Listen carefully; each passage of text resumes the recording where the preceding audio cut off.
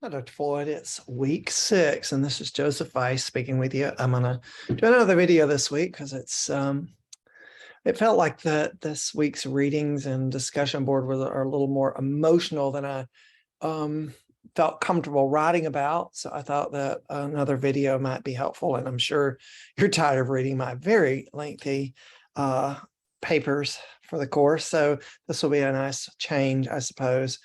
Let me start with those discussions this week. The discussion on racial battle fatigue is really enlightening and in so many ways disheartening. Just reading a few of my classmates' posts about the experiences that they've had in their positions and the constant battles that they've had to fight. It's very disheartening. I think we all live in our own little bubble in academia, and that we believe that academia creates this welcoming environment for everybody, but it doesn't, obviously. These personal experiences that they shared with being teachers and administrators and even students, as people of color, it's just so enlightening, and ultimately makes me wonder to what extent I've contributed to this and making the battle harder for my colleagues and friends on the college campus.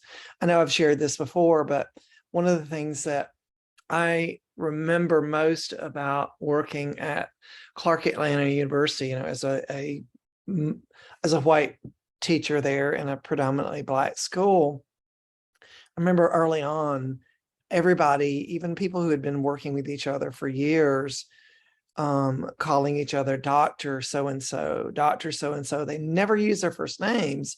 And I asked one of my colleagues why that was so. Why don't you use first names? Because I've never experienced that whatsoever. Colleagues use first names. And she said, when you work so hard for something, you have to respect it, and otherwise would be disrespecting it. And I don't think she didn't say this, but I know it's true, that other people might not give you that respect. I was really shocked at one of my office mates who was finishing her doctorate the same year I started there. The minute she got her PhD, she got her checks changed to include doctor. And I kept thinking, that is the strangest thing on the face of the earth. Why would anybody do that? And that's just a huge assumption on my part. Maybe it was sour grapes on my part as well, the fact that I didn't have one. I don't know. But I guess my point there is that I was very unaware and ignorant of African-American culture and the challenges. And I can imagine how they, as Black students at Emory University or wherever they went, that their experiences had to have been harder. That I, as a queer person, for example, I can't change the color of my skin. I mean, I don't have to change the color of my skin to present as, quote, normal and be accepted. I mean, granted, I present as queer no matter what, and I'm assuming people, make the assumption that I am, even if I don't announce I am, but I have still the advantage of being white and male, and my experience in college and graduate school and then in jobs has to have always been easier. And I recognize that. I remember my first term there at Clark Atlanta.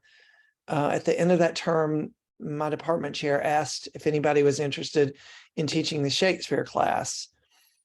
And I immediately put in a long email saying why I deserved it.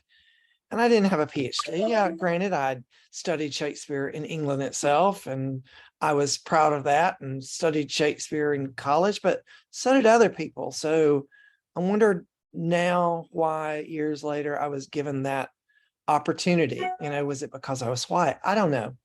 But I can imagine that just like in many areas of my life, I've been given far more privilege than I want to admit.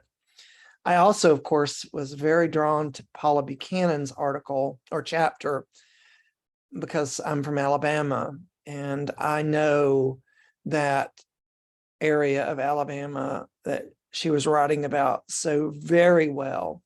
What I didn't know was her experience, because none of my college teachers, none of my graduate teachers were anything except white people. And so I've never learned the extent of the battle fatigue or even the battle itself. I probably had been working under the false assumption that, again, in academia, things are more equal than we realize. And I see this in my own job. I've talked about this many times, my current job at Purdue Global. I'm just astounded that we don't have people of color other than the one person, the Indian American person that I mentioned in the discussion board. In my department alone, the largest department in university, why we don't advocate for and create a more welcoming environment. It's not enough for the new diversity chancellor in our school, who happens to be Black, to be a representative of and to carry that burden. We don't create a good environment for our students of color at all if we don't have a good environment that embraces a Black faculty members. And I think that we as white faculty are lesser for it as well. It teaches us that white perspective, European perspective, is more valuable. It teaches our students that that is the same. And that makes it even harder for anyone coming in to an environment where they are the minority. I've seen it myself as a queer person in the last month. You know, I've taken on the role as the faculty advisor for the PG Pride Association. It's a, very small group right now because students don't know that it exists and the school doesn't advertise it or embrace it necessarily. And I've had to share my queer experiences growing up, the discrimination I've experienced. And I can't imagine, even with the challenges that I've faced, I don't mean to compare them to anybody else's, but I can't even imagine tenfold what someone who is Black in America has experienced. I don't. I want to understand it more. I want it to help change my vision and my worldview and my job as an instructor, the way I treat my students, the way I understand them, and maybe my advocacy within my own department in school. Anyway, I appreciate the opportunity to read more. And I love those videos. It was very nice to see our scholars that we've been reading actually in front of us talking, to see them, just see their faces rather than just their words on the page. So that's been a great experience, even though it's been in many ways a very depressing read this week. But depressing and upsetting are both very important things, because they force us to be introspective, to think about ourselves and our experiences even more, and therefore then to not accept things the way they are anymore. So I appreciate it. All right, well, I hope that you have a great weekend, and I'll see you in class next week. Take care.